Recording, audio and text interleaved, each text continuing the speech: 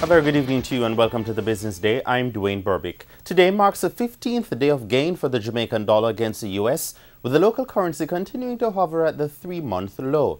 At the end of trading today, the US dollar was being sold for $128.45, and that's about $2 lower than its all-time high of $130.48, reaching that figure in May.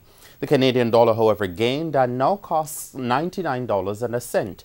The pound sterling is selling for $166.90, while the euro costs $145.42.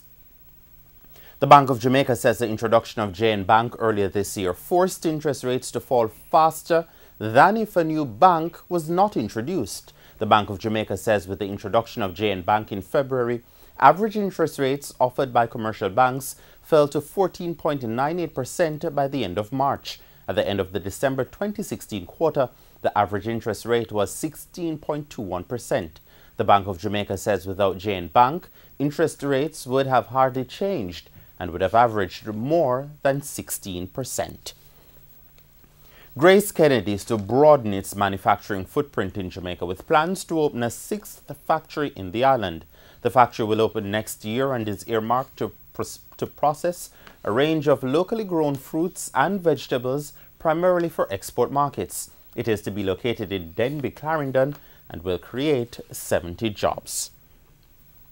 Stationery and office supplies has become the latest company to indicate an intention to list on the junior market of the Jamaica Stock Exchange. The company today released a prospectus outlining its plans to raise $95 million. That is to be done through an initial offering of its shares on July 19, with the offer set to close on July 26. The shares are set to cost $2 each.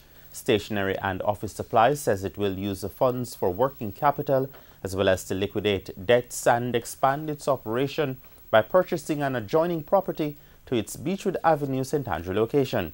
It says if it is successful in raising at least $50 million, it will apply to list on the junior market of the Jamaica Stock Exchange, accessing all the benefits which come with that.